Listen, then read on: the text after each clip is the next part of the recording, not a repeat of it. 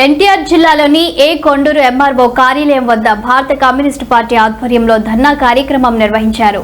ఈ కార్యక్రమంలో సిపిఐ రాష్ట్ర కార్యదర్శి వర్గ సభ్యుడు డోనిపూడి శంకర్ పాల్గొన్నారు. గ్రామాల్లో 3 సెంట్లు, పట్టణాల్లో 2 సెంట్లు ఇస్తామని హామీ ఇచ్చిన చంద్రబాబు ప్రభుత్వం మాట నిలబెట్టుకోవాలని డిమాండ్ చేశారు. పేదలకు వెంటనే ఇళ్ల స్థలాలు కేటాయించాలని కోరారు. టీడ్కో గృహాల పంపిణీ తూతూ మంత్రంగా జరిగిందని విమర్శించారు. ఎన్టీఆర్ జిల్లాలో 15,000కు పైగా టీడ్కో ఇళ్లు ఉన్నప్పటికీ కేవలం 2,850 ఇళ్లను మాత్రమే, అవి కూడా విజయవాడలోనే ఇచ్చారని పేర్కొన్నారు. తిరువూరు, జగ్గైపేట, నందిగామ ప్రాంతాల్లో ఒక్క ఇల్లు కూడా ఇవ్వలేదని ఆరోపించారు.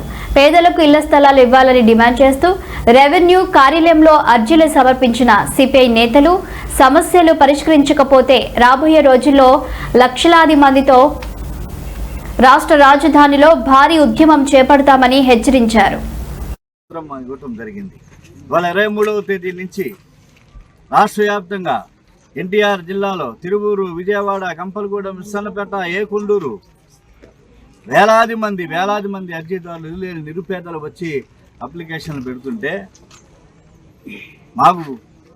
మేము వెరిఫై చేస్తామని చెప్పేటువంటి పరిస్థితి లేదు. ఇళ్ళకి రావాలి, అక్నాలజ్మెంట్ ఇవ్వాలి. ఇవాళ ఇక్కడ ఎవరైతే ఈ ధర్నాలో పాల్గొని అప్లికేషన్లు, అర్జీలు ఇస్తున్నారో వారందరికీ కూడా ఇల్లు వస్తాయని చెప్పేసి మేము కమ్యూనిస్ట్ పార్టీగా ఘంటాపథంగా చెప్తున్నాం. అందువల్ల ఇది ప్రజల కోసం చేస్తున్నాం. ఎలక్షన్లు లేవే, ఎలక్షన్ల కోసం చేసేవాళ్ళు వేరు, కానీ ప్రశ్నించేటువంటి గొంతు పేద ప్రజల కోసం ఉండేటువంటి గొంతు.